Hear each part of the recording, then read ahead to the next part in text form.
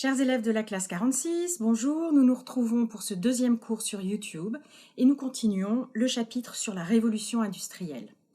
Hier, nous avons vu comment le perfectionnement à la fois des métiers à tisser et surtout de la machine à vapeur par James Watt en 1769 a permis l'enclenchement de la révolution industrielle en Angleterre à la fin du XVIIIe siècle. Puis au XIXe siècle, cette révolution industrielle s'est répandue à travers toute l'Europe. Cette première révolution industrielle, vous vous souvenez, est fondée sur le charbon, avec le développement des industries minières, métallurgiques et textiles. Vers la fin du XIXe siècle, de nouvelles sources d'énergie vont développer d'autres industries, à savoir le pétrole et l'électricité pour les sources d'énergie, et l'industrie chimique, électrique et automobile. Pour les nouvelles industries, on parlera alors de la deuxième révolution industrielle. Dans les deux cas, de nouveaux moyens de production fondés sur des machines entraînent la création d'usines, c'est-à-dire des lieux de production industrielle qui regroupent en un même endroit des machines et des ouvriers chargés de les faire fonctionner. Alors, pour aujourd'hui, vous avez dû étudier le cas du Creusot. Le corrigé est sur École Directe, cahier de texte au jour de mardi 31, contenu de séance, il y a un fichier qui est joint. Mais je le mets également à l'écran si vous n'avez pas accès au site. Vous avez trois visuels en fait sur cette correction. D'abord une présentation de l'activité, ensuite les réponses aux questions 1 à 4 sur deux visuels différents. L'étude du Creusot est intéressante puisqu'elle regroupe en fait 4 dimensions essentielles de la révolution industrielle. La première, c'est la création d'industries, qui est particulièrement caractéristique au Creusot, puisque vous allez avoir non seulement une industrie minière pour l'extraction du charbon, mais aussi industrie métallurgique et fabrication de locomotives par les frères Schneider. La deuxième dimension, c'est la transformation de la ville sous l'effet de l'industrialisation. On va passer vraiment à une transformation du paysage, puisqu'on part d'un espace où il n'y a pas grand-chose à part une forge royale, à une zone industrielle très importante, un bassin houiller, un bassin industriel avec énormément d'usines, tous les bâtiments d'ouvriers qui n'existaient pas auparavant, puisqu'on va voir que la ville du Creusot, à la veille de la Première Guerre mondiale, a 30 000 personnes, alors qu'une centaine d'années auparavant, en 1836 exactement, il n'y en a que 2700. Vous allez avoir cette multiplication des cheminées, de la fumée et transformer ce paysage dans ce qu'on a appelé un pays noir. La troisième dimension qui est intéressante dans le cas du Creusot, c'est l'importance de la nouvelle population ouvrière, à la fois au sein de l'usine, puisqu'on va passer d'environ un effectif d'environ 1500 personnes en 1836 à plus de 11 000 ouvriers dans les années 1910. Cette population ouvrière, non seulement elle est importante à l'intérieur de l'usine, mais également dans la ville, puisque, comme je vous le disais, elle va représenter entre la moitié et un tiers. Donc on peut vraiment parler d'une population qui s'installe dans un endroit en fonction du travail qu'elle va trouver, ce qui est caractéristique de la population ouvrière, que ce soit dans les mines, la métallurgie, l'industrie textile. Et enfin, la quatrième dimension, c'est la naissance des grandes familles. Le cas Schneider vous montre comment deux industriels qui rachètent une forge royale dans les années 1830 réussissent à transformer toute la région dans une usine, des activités qui leur appartiennent, avec une population de plus en plus importante. C'est la naissance au XIXe siècle, avec la révolution industrielle, de ce qu'on appelle les capitaines d'industrie, qui, comme un capitaine sur un navire, va diriger non seulement son usine, mais également la vie de tous les ouvriers qui vont y travailler. Alors nous continuons aujourd'hui la première partie du cours sur la révolution industrielle. On est au grand 1, les bouleversements économiques. On a fini les grands A, innovation et moyens de production. Nous allons voir aujourd'hui l'essor des nouveaux moyens de transport, en l'occurrence du chemin de fer, et enfin les nouveaux besoins financiers pour créer toute cette activité industrielle avec l'apparition de nouveaux acteurs financiers. Commençons avec le grand B, les nouveaux modes de transport au XIXe siècle, le chemin de fer à vapeur et le bateau à vapeur. C'est la machine à vapeur qui rend possible la création du chemin de fer, et une fois encore, l'innovation vient du Royaume-Uni. La première locomotive à vapeur est inventée par un ingénieur anglais qui s'appelait Richard Trevithick En 1804, il fait avancer une locomotive propulsée par un moteur à vapeur sur des rails à environ 8 km à l'heure. Ce n'est pas énorme, mais c'est toujours mieux que la diligence, qui était le seul moyen de transport collectif avant la révolution industrielle. Jusqu'au début du XIXe siècle, pour se déplacer sur la Terre, les êtres humains allaient à pied ou à cheval, et c'est tout. Donc finalement, ils se déplaçaient peu. Après 1804, la locomotive à vapeur va se perfectionner, et en 1825, toujours en Angleterre, la première ligne de chemin de fer avec une locomotive à vapeur et des passagers est ouverte au nord-ouest du pays sur 40 km.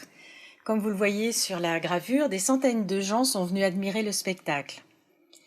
Les premières lignes de chemin de fer visaient surtout à acheminer le charbon de la mine vers les sites industriels.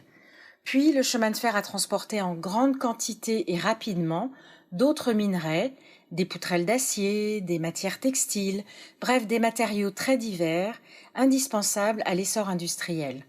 En ce sens, la révolution industrielle n'aurait pas pu se faire sans le chemin de fer. Mais cette innovation a également révolutionné les déplacements des hommes, les rendant au fil des années de plus en plus rapides et de plus en plus sûrs. Par exemple, pour relier Paris à Marseille dans les années 1830, en diligence, il fallait 80 heures, soit presque 4 jours. En 1887, il faut 14 heures. Le trajet est presque 8 fois plus rapide. Quant au prix d'un billet de train, il est 2 fois moins cher à la fin du XIXe siècle qu'au début. Et il en est de même avec le bateau à vapeur, qui se développe à partir des années 1830. Au début du XIXe siècle, il fallait 1 mois pour relier Londres à New York en voilier. En 1860, 9 jours suffisent à faire le trajet en bateau à vapeur. Nous reviendrons sur les déplacements humains un petit peu plus tard dans le chapitre. En l'espace d'une quarantaine d'années, l'Europe passe de quelques kilomètres de lignes de chemin de fer à des milliers de kilomètres. Comme vous le voyez sur cette carte, seules les montagnes en 1880 ralentissent la progression des voies ferrées. À la fin du XIXe siècle, le chemin de fer transporte aussi bien les hommes que les marchandises, les matières premières industrielles, les produits agricoles et les engrais chimiques destinés aux cultures. Exploitation des mines, construction des grandes usines, achat de nouvelles machines, ouverture de nouvelles lignes de chemin de fer, la révolution industrielle coûte cher. Les entrepreneurs du XIXe siècle, qui se lancent dans l'aventure de l'industrialisation, ont besoin d'argent. Ils ont besoin de sommes d'argent importantes pour financer leurs projets et faire fonctionner leurs industries. Alors quand la famille ne peut pas investir et les aider, les industriels se tournent vers les banques. Elles recueillent les économies des particuliers et prêtent cet argent avec un intérêt aux entrepreneurs. Elles vont beaucoup se développer à partir du XIXe siècle au fur et à mesure que l'activité industrielle se développe. Une autre solution lorsqu'un entrepreneur souhaite obtenir un financement, c'est de créer une société par action. Chaque action représente une partie du capital d'une entreprise. Alors c'est un petit peu complexe, mais on va prendre des exemples et vous allez voir, c'est finalement pas si compliqué que ça. Le capital d'une entreprise, c'est l'argent et le matériel nécessaires pour fonder et faire fonctionner une entreprise. Ce sont aussi les stocks de produits dans l'usine. Alors, on va prendre un exemple. Imaginons que vous possédiez une usine textile dans le nord de la France. Le terrain sur lequel est votre usine, les bâtiments, les machines que vous avez achetées au départ, l'argent que vous avez investi dans votre usine pour qu'elle fonctionne, et puis tous les rouleaux de tissu que vous avez déjà fabriqués et qui sont encore à l'usine, c'est ce qu'on appelle un stock. Tout cela, c'est votre capital. C'est la valeur de votre entreprise en quelque sorte. Imaginons que la valeur de votre entreprise est de 100 francs or. Dans la réalité, ce serait beaucoup plus, mais pour simplifier, on va prendre ce chiffre de 100. Votre affaire marche bien, vous vendez beaucoup de tissus et vous voudriez acheter 5 nouveaux métiers à tisser pour pouvoir en fabriquer encore plus et en vendre encore plus. Mais voilà, vous n'avez pas assez d'argent. Alors, vous allez vendre une petite partie de votre capital, c'est-à-dire que vous allez diviser le capital de votre entreprise en petites parties et chacune de ces petites parties s'appelle une action. Si chacune de ces actions vaut 1 franc, par exemple. Au 19e siècle, une action, c'est un morceau de papier. Comme vous le voyez là, voilà, chaque morceau de papier représente une action. Et si, imaginons que moi, j'ai un peu d'argent et je trouve que votre affaire fonctionne bien, alors je vais acheter des actions de votre usine. Et pourquoi pas 10 actions? Je deviendrai alors propriétaire de 10% de l'entreprise, puisque votre capital est de 100 et que j'achète 10 actions à 1, donc ça fait 10%. Et en fin d'année, si vous vendez beaucoup de tissus, à ce moment-là, vous me donnerez 10% de ce que vous avez gagné en bénéfice. Voilà, alors c'est un fonctionnement un petit peu complexe, mais on en reparlera lorsqu'on se verra pour de vrai dans la classe. En tout cas, j'espère que cette explication vous aura permis quand même de comprendre comment ça fonctionne et n'hésitez pas à la réécouter. C'est la fin de cette première partie sur les bouleversements économiques liés à la révolution industrielle en Europe.